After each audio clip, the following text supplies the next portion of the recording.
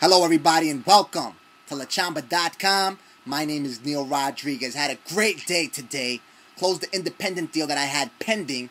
Gave a guest appearance, tiny speech over at my career counselor's presentation over at the 92Y, 92nd Street Y, over on 92nd Street and Lexington Avenue, Barry Cohen.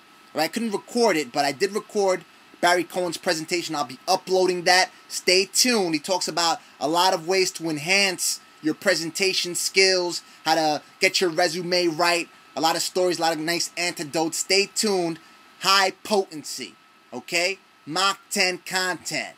All right. Obama made $2.7 to $2.8 million in 2008. The Obamas. Together they filed a tax return for $2.8 billion, all the book deals, all the money that they were making. All right, if you haven't yet, you may want to follow that advice of which I spoke on one of my earlier vlogs where you don the Obama outfit. Navy blue suit, white shirt, red tie. Hell of a role model right now, making that type of money for the typical job hunter. Okay, Jiverly Wong drives his parents' car to the back of an immigration center to block the exit.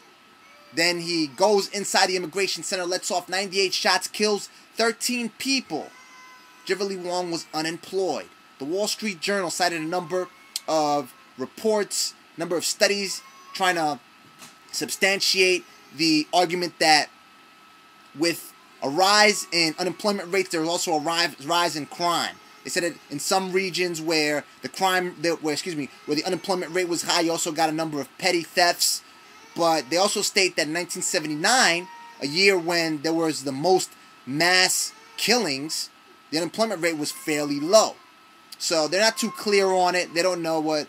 One person in Binghamton, where the Jiverly Wong shooting took place, one person in Binghamton said that the number of people that were not paying for gas, that were driving up to the gas station, filling up their tank, and leaving without paying, rise when the gas prices rose. Okay, what I could speak to this, how I could touch on this, speaking about what I've seen here in New York City. The crime rate's probably been dropping for the past 18 years or so. Here in New York City, it's not as bad as it was in the early 90s, late 80s, where, like I said before, 42nd Street was prostitution central. All right, now it's Disney World. All right, it's a place where you'll be more comfortable to go out there and flash your wad and go spend some money with your family, to go get on a party bike, to do whatever it is, to have one of those artists draw you with the big nose and the furry eyebrows, whatever, as one of those funny cartoons, and sit there for a while. Back in the day, you wouldn't do that. People used to rush to the 42nd Street shows. All right, they used to rush. They wouldn't talk to anybody. They'd be walking real fast, like one of those walking sprinters in the Olympics.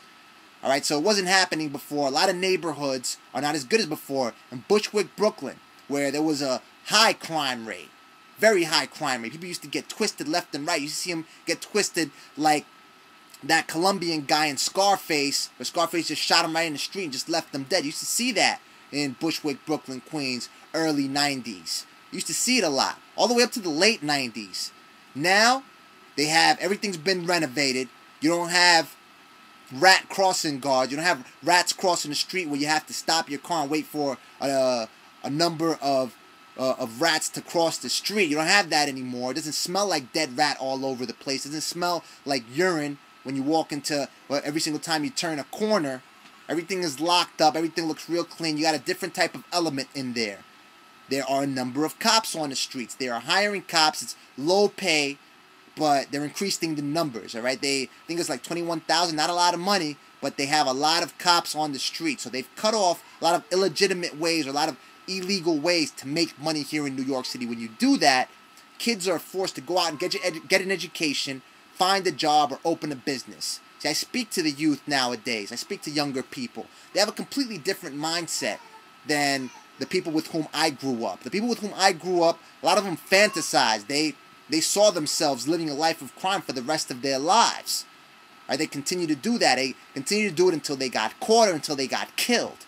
These kids, they don't have that same mentality. They want to hit John Jay. They want to get their degree. Then they want to work on their masters. They want to open a new business. They want to open a new barbershop. They want to do something legitimate, something that lasts, something that can contribute to the community, something that could pay taxes.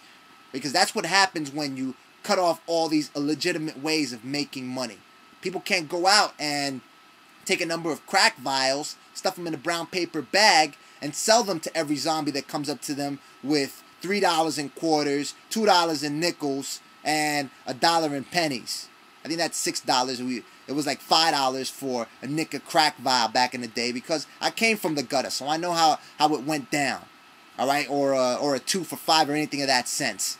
That market is completely cut off. You don't see those types of zombies on the streets anymore, selling VCRs for $10 in order to make some money for their next high.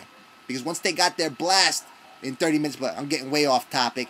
Anyway, like I said, a lot of these states may want to take note. I do see that with the drop in crime, the economy has expanded here in New York City. People want to go out, they want to get jobs, they want to create jobs, and everybody is a lot better for it.